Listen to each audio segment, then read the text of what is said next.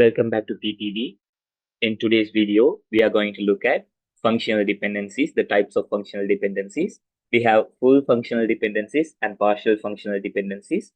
And I would like you to stay with me until the end of the video to completely understand what is a full functional dependency and what is a partial functional dependency. So let's dive right in.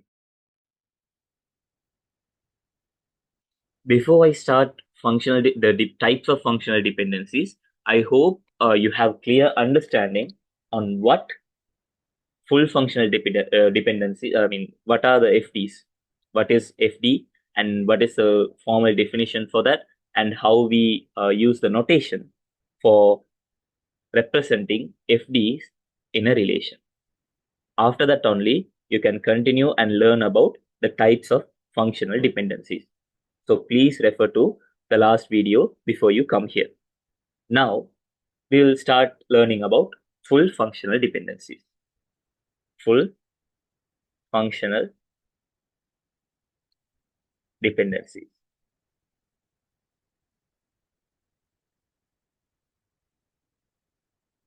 As usual, I will start with the definition for full functional dependencies. If there is an FD, that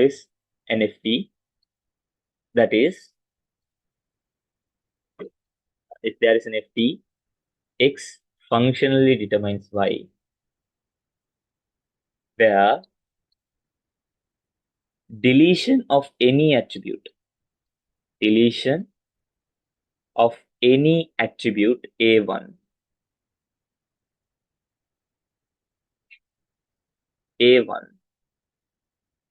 will result in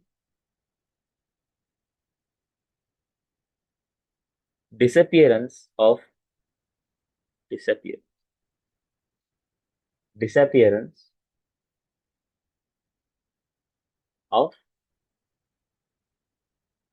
FDX functionally determines Y, is called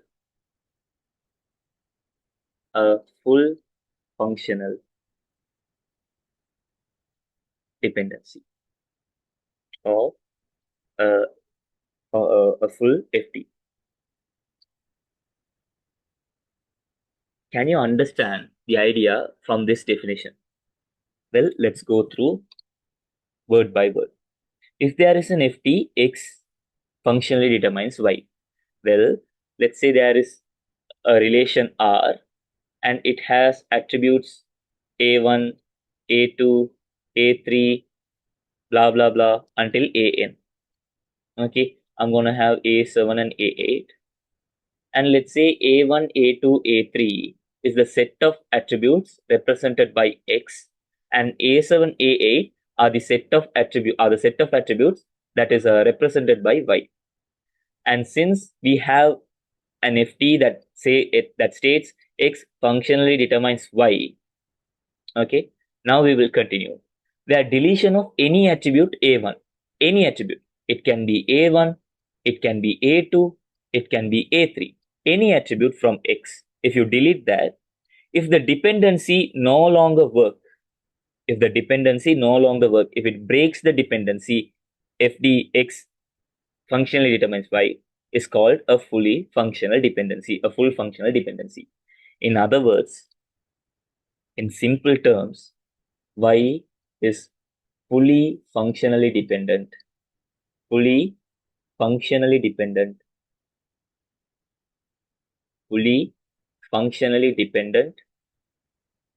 on X. This is the simple understanding that you can have.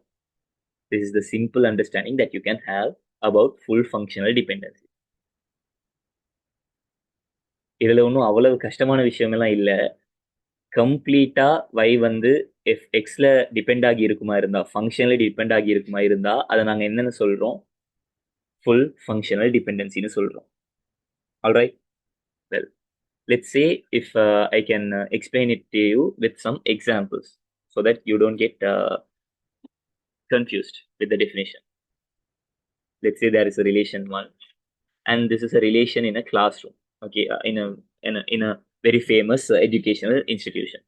Well, they have, first of all, they will have a class number, and they will have time slot, and based on that they will determine which subject should be taken in that specific classroom at that time. Okay, let's say there is class 1, class 1, class 2, class 2, and there is class 3, class 3. We have time slot 10 to 12, we have 12 to 2, we have 10 to 12, we have 12 to 2, we have 10 to 12, and 12 to 2. Let's say the subject is CS, the subject is who knows, max, we have science, we have ICT, we have networking, and we have chemistry. Now you can come up with a functional dependency x functional determines y, where x is equals to class number comma time slot,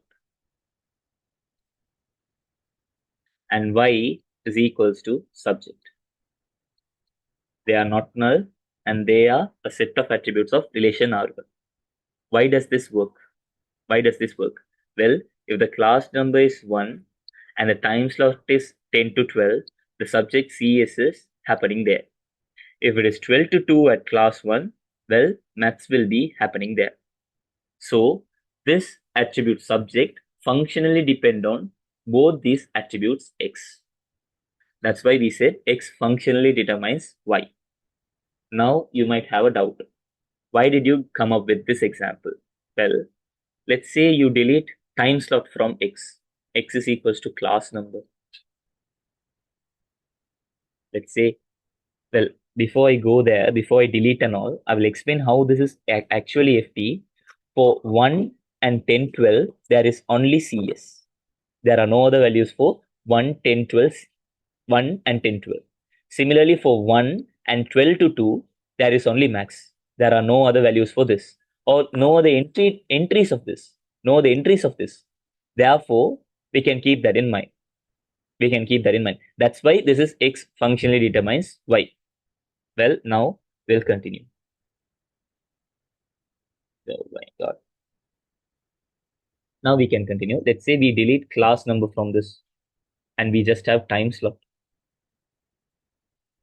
And we have y, this subject. Will this still be an FT? X functionally determines y. Is this still a thing? Well, let's check. Okay, let's check. 10 to 12, we have CS. For any other values of 10 to 12, the value must be CS. Is that the case? Is that the case? No. So this breaks. Well, let's try with, we'll also decide whether this is a full functional dependency by removing time slot this time. Well, then x will be class number, and y will be subject as usual. What happens here? Well, class number 1 we have CS here. Well, for any other class number 1, the value must be CS. Is that the case? Similarly, for 2, there is a value science. Is that the case for the other 2? No, illaya. Therefore, if you even delete one single attribute, any attribute from X, it will functionally damages it will actually make the FD disappear. Therefore, this is a functional dependency. That is full functional dependency.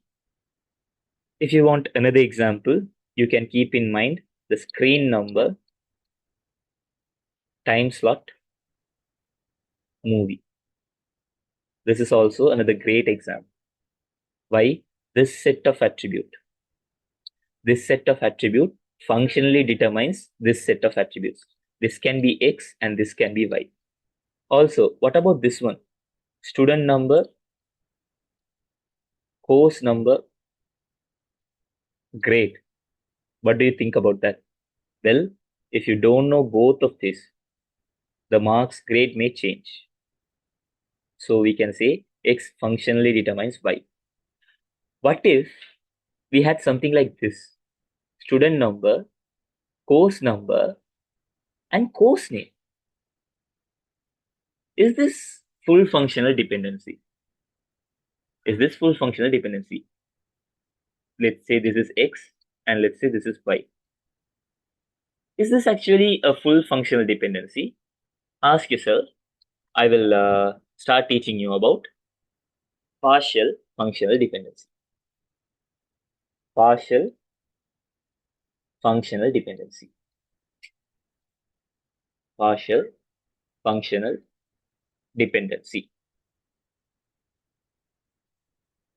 What is partial functional dependency? Glad you asked. If there is an FT, you write the notes as you wish. Okay, the definition changes in different books.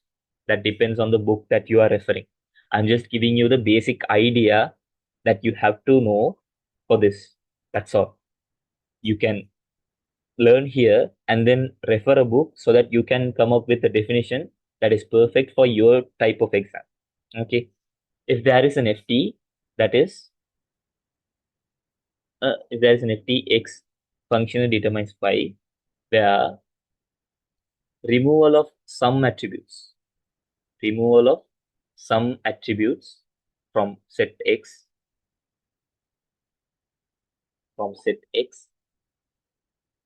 doesn't break the FT. X functionally determines Y. Well, now we have come to another definition. Let's go through that word by word. If there is an FT, X functionally determines Y. Hereafter, I will not draw relations. I will just mention the sets. Okay. Let's say X is A1, A2, A3, A4. And let's say Y is A5 and A6. Now, they are saying if you remove some random attributes, for example, if you remove A2 or A2 and A4, something like that, if that doesn't break the relationship, okay, sorry, if that doesn't relation that if that doesn't break the FD, if that doesn't break the FD, and it is still okay to have like this A1, A2, A3, Y, A2, A5, A6. If X functionally determines Y still possible, well then this one, the initial one, is called partial functional dependency. Do you remember the example that I gave in the just few minutes ago? Student number, course number, course name. In that, I told you that X is student number and course number. I said X is student number and course number. On the other hand, Y is course name. Actually, this is a functional dependency. I'm not gonna lie. This is a functional dependency. This is a functional dependency. I'm not gonna lie. But think, if I remove student number, will that affect the functional dependency? Course number and course name. Is that actually affecting? Is that actually affecting the functional dependency? Is it? Is it so? No. Why? Course number functionally determines course name. If you put any other attributes inside this, that doesn't matter. Even though that's a functional dependency, it will be partial functional dependency. Why? Course name completely depends on course number. That everybody knows. That this is what we call partial functional dependency. All right. Now I'm going to make you angry by showing you incorrect examples. Okay, and let's deal with that together. See, in this case, they are saying example of full functional dependency. Student number 101, 102, 103. Student name John, Sarah, John. Student age 18, 17, 18. They are saying student number, student name functionally determines student age. That's what they are saying, which means X is student number. Okay, X is student number. I'm just going to say stud number, okay? If you don't mind. Stud number, stud name, okay? And stud age. Well, stud age won't come here. And y is equals to stud age. Removing of either student number or student name would break the dependency. But I'm just asking, if you remove student name, will that actually affect this? Will that actually affect this? No. So this example is wrong. This example is wrong. So what is this type of functional dependency? Well, this is this whole thing, including the student name, x functionally determines y is partial. Well, what is full in this case? Well, x is equals to student number and y is equals to stud name, comma stud age. Well, now this is full functional dependency. Why? We only have one attribute. If you remove one that attribute also, this will become null attribute, which means this will definitely break x functionally determines y. So we can with 100% confidence say stud number functionally determines stud name and stud age. Okay. Now we go to another incorrect example and get angry together. Let's look at this example of functional dependency.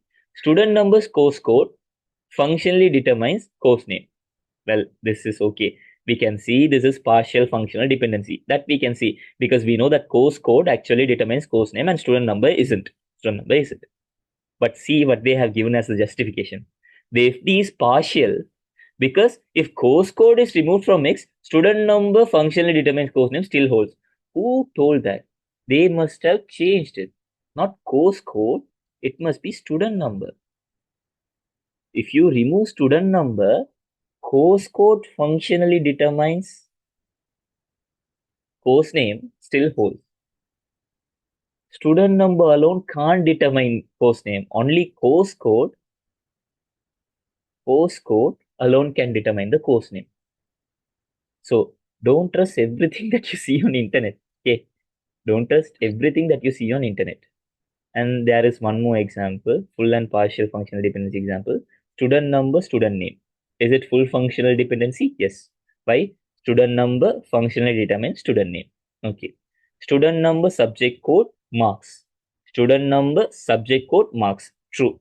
Why? If you don't have student name, you can't find the marks because see, if you have subject code and marks, you say subject code functionally determines marks. CS 101 has two different values here. So therefore, we can say this is not this is not a functional dependency. And also, if you have student number and marks, even though the tuples does not prove it yet, the tuples do not prove it yet. If you have 101 John MA 101 and if he takes 90, now 101 has two different values for marks. Please watch the last video if you are finding this a little bit hard to comprehend. Please go and watch. No worries. Watch and come and again watch this and then you will understand completely. All right. Well, that's right. These examples are a little bit correct. That's great. Partial function. Student name, subject code, subject name. Well, yeah, this is partial. Why? Subject code alone can functionally determine subject name. Are they saying that the combination of student name determines subject name? But removing subject code, no, they pillar. Again, this is the same mistake. Removing student number will allow subject code to determine subject name. This is a partial dependency. Good. Student number, subject code, address. The combination student number, subject, but student number alone likely determines address, since the address is typically unique per student. This is a partial functional dependency. I hope you understood the difference between full and partial functional dependencies. Now, before I finish this video, I'm going to teach you about reasoning. And this reasoning brings us to the main topic. That we were going to cover in formal design guidelines for relational schema. When I started video, in the last video, I must have said that we have to make the process of finding FDs mechanical. We have to make that finding the primary key mechanical so that we just don't make mistakes. To make this process mechanical, we need some method, and we call that method inferral method. There are multiple inferral methods. There are multiple inferral methods. Okay, I'll write that down. Inferral method. Inferral method. Okay, before I dive deep into inferral methods, just know there is a method that's called Armstrong's axiom. Armstrong's axioms. That is very, very important in inferral method world, which is used to find all the FTs. Okay, so this is the teaser for the next video. So keep this in mind and look at the next video. And in the next video, we will learn about what is reasoning and why Armstrong's method are useful. Thank you for exploring the types of functional dependencies with us. If you enjoyed this video, give it a like and share it with your friends. Subscribe to the channel and hit the notification bell to stay updated with more videos in this series. I'll see you in the next video. Until then, keep learning and stay curious. Bye bye.